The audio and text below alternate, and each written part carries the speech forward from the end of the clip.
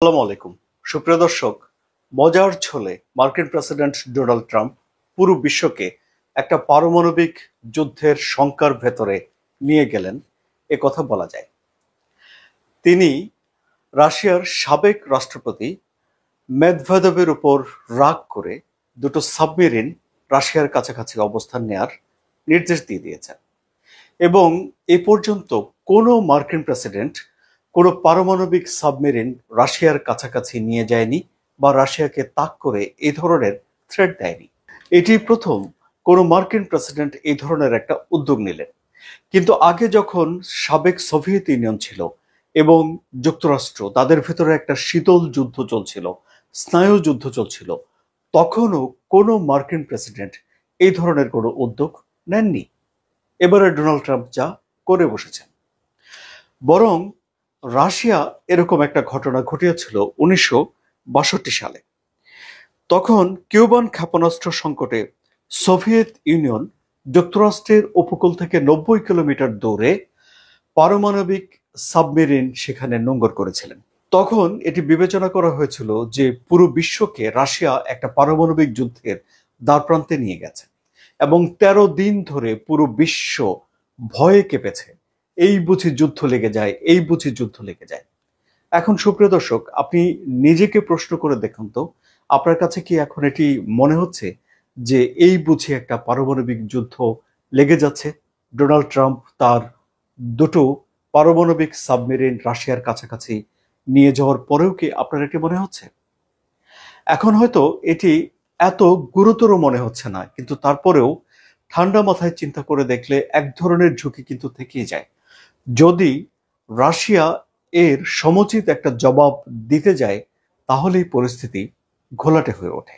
Russia এই পরিস্থিতিকে কিভাবে নিচ্ছে, এর কি ব্যাখ্যা করছে?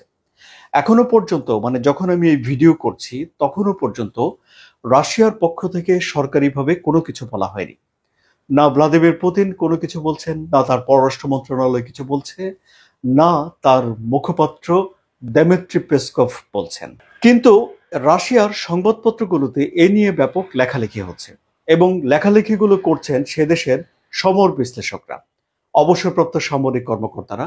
এবং তাদের লেখা আমি দু একটি পড়ে দেখলাম যে সেখানে তাদের যে মূল কথা সেটি হলো যে এই ঘটনাকে খুব ছোট করে দেখছেন তারা। অর্থাৎ ডোনাল্ড ট্রাম্প যদি এই সাবমেরিন সেখানে নিয়ে রাশিয়াকে একটা থ্রেট দিয়ে থাকেন বা হুমকি দিয়ে থাকেন, তাহলে রাশিয়ার কলাম লেখকরা সেই হুমকিকে অনেক খাটো করে দেখছেন। এমনকি ধরুন একজন লেফটেন্যান্ট জেনারেল একটা আর্টিকেল লিখেছেন, যে আর্টিকেলে তিনি বলছেন যে 2017 সালে মার্কিন প্রেসিডেন্ট ডোনাল্ড ট্রাম্প উত্তর কোরিয়াকে ঠিক এমনই একটা হুমকি দিয়েছিল এবং তিনি তখন বলেছিলেন যে উত্তর কোরিয়ার দিকে তিনি দুটো পারমাণবিক সাবমেরিন এগিয়ে নিয়ে যাচ্ছেন এবং মানুষজন নড়েচড়ে বসেছিল। কিন্তু তারপরে দেখা গেল যে এর কিছুদিন পর ডোনাল্ড ট্রাম্প তো উত্তর কোরিয়াকে কোনো রকম আক্রমণ করেননি, উত্তর কোরিয়ার সঙ্গে তিনি যুদ্ধও বাঁধাননি, বরং তিনি উত্তর কোরিয়া সফরে গেছেন। উত্তর কোরিয়ার নেতা কিম জং উনের সঙ্গে ডোনাল্ড ট্রাম্পের একটা দারুণ বৈঠক হয়েছে। তাহলে এখন কি এই আগের সমীকরণকে টেনে এনে এটিকে আমরা বলতে পারি যে ভ্লাদিমির পুতিনের সঙ্গে ডোনাল্ড ট্রাম্পের একটা শীর্ষ বৈঠকের আগে এই ঘটনা ঘটল? সেটি বিস্তারিতভাবে বলা যায় না, কারণ উত্তর কোরিয়ার সঙ্গে যা ঘটেছিল তা যে রাশিয়ার সঙ্গে ঘটবে তা নয়। রাশিয়ার সঙ্গে বরং পরিস্থিতি কিছুটা সিরিয়াস। যেমন ধরুন ডোনাল্ড ট্রাম্প যেই আলটিমেটাম দিয়েছেন, প্রথমে তিনি আলটিমেটাম দিয়েছেন যে 50 দিনের মধ্যে রাশিয়া ইউক্রেন যুদ্ধে একটা বিরতি আনতে হবে, না হলে ডোনাল্ড ট্রাম্প রাশিয়ার উপরে স্যাংশন আরোপ করবেন বা অতিরিক্ত শুল্ক আরোপ করবেন এবং যারা রাশিয়ার তেল ক্রয় করে বা অন্যান্য জিনিস রাশিয়া থেকে কিনে নিয়ে যায় তাদের উপরেও তিনি অতিরিক্ত শুল্ক আরোপ করবেন। এবং তার কিছুদিন পর তিনি সে 50 দিনকে কমিয়ে 2 সপ্তাহের চেয়েও কম সময়ে নিয়ে আসেন। এবং এখন যেই দেশগুলো রাশিয়ার কাছ থেকে তেল নেয় সেই দেশগুলো হলো তুরস্ক, সেই দেশগুলো হলো ভারত, সে দেশ হলো চীন, সে দেশ হলো ব্রাজিল এবং এই যে ব্রিক্স জোটের এই দেশ যারা নিজেরাও ঐক্যবদ্ধ হয়েছে। এখন সময় পার হয়ে যাচ্ছে কিন্তু এর মধ্যে রাশিয়ার তরফ থেকে এই ব্যাপারে কোনো রকম কথাবার্তা বলা হয়নি। অর্থাৎ রাশিয়া কি একটা যুদ্ধবিরতিতে যাবে কিনা তা যেমন তারা বলছে না, রাশিয়া একটা যুদ্ধবিরতিতে যাবে না তাও বলছে না, রাশিয়া যুদ্ধবিরতি নিয়ে কোনো রকম আলাপ আলোচনা করছে না। কিন্তু যুক্তরাষ্ট্রের কর্মকর্তারা বলছেন যে 8ই আগস্টের মধ্যে রাশিয়াকে একটা সিদ্ধান্ত নিতে হবে। তাহলে 8ই আগস্ট আসতে খুব একটা বেশি সময় নেই। এই সময়টা যদি পার হয়ে যায় এবং ভ্লাদিমির পুতিন যদি কোনো রকম সিদ্ধান্ত না নেন, তাহলে অবশ্যই ডোনাল্ড ট্রাম্পকে দৃশ্যমান একটা ব্যবস্থা নিতে হবে, অর্থাৎ স্যাংশন দিতে হবে। যদি তিনি স্যাংশন দেন এবং এই দেশগুলো যদি তেল ক্রয় করা অব্যাহত রাখে, তাহলে পরিস্থিতি গুরুতর হয়ে ওঠে। সুতরাং অনেকগুলো ঝুঁকি এই ঘটনার মধ্যে আছে। আবার ধরুন, এই যে পারমাণবিক যুদ্ধ শুরু করে দেওয়ার এই যে হুমকি, সেই হুমকি আমরা সবচেয়ে বেশি শুনেছি রাশিয়ার কাছে। এই যেমন রাশিয়ার president Vladimir Putin Russia Ukraine যুদ্ধের একটা সময় বলেছিলেন যে যদি পৃথিবীতে রাশিয়াই টিকে না থাকে তাহলে এই বিশ্ব টিকিয়ে রেখে লাভ কি।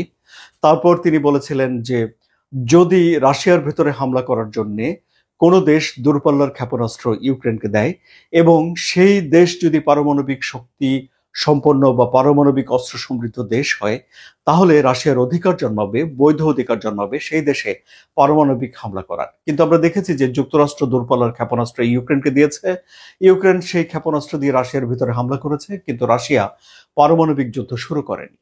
তাহলে এখন রাশিয়া যে খেলাটা খেলতো সেই একই ধরনের হুমকির খেলাও কি ডোনাল্ড ট্রাম্প করছেন? তিনি তো এখন এটিকে সতর্কতামূলক ব্যবস্থা করছেন।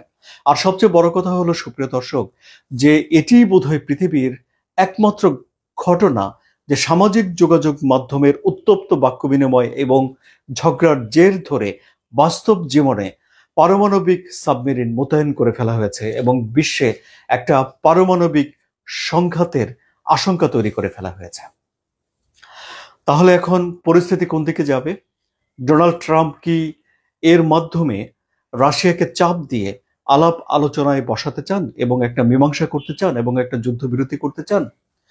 রাশিয়া এখন যেমন চুপ করে রয়েছে, রাশিয়া কি এমনভাবে চুপ করে থাকবে এবং চুপ করে থেকে রাশিয়া কি এটি প্রমাণ করবে যে তারা এই বিষয়টিকে তেমন গুরুত্ব দিচ্ছে না কিংবা এই বিষয় নিয়ে তারা কথা বলার মতো বিষয় এটিকে মনে করছে না, ফলে এই পরিস্থিতি কি এমনি এমনি ঠান্ডা হয়ে যাবে, নাকি এই উত্তেজনাকে ঘিরে একটা আলোচনা হবে এবং আলোচনার মাধ্যমে একটা মীমাংসা হবে? সেগুলোই এখন দেখার বিষয়। আপনাদের কি মনে হচ্ছে? আপনাদের ভাবনাগুলো কমেন্টে জানান। আলোচনা ভালো লাগলে সাবস্ক্রাইব করে চ্যানেলের সঙ্গে থাকুন। ধন্যবাদ সবাইকে।